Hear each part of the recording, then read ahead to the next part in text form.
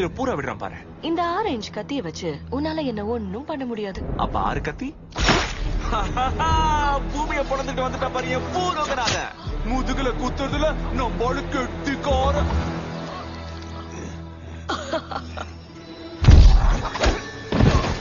Okay, இதெல்லாம் நல்லாதான் இருந்துச்சு. ஆனா அலாயத் பசி அடங்கினாதான் என் வாடகை கொடுத்த மாதிரி.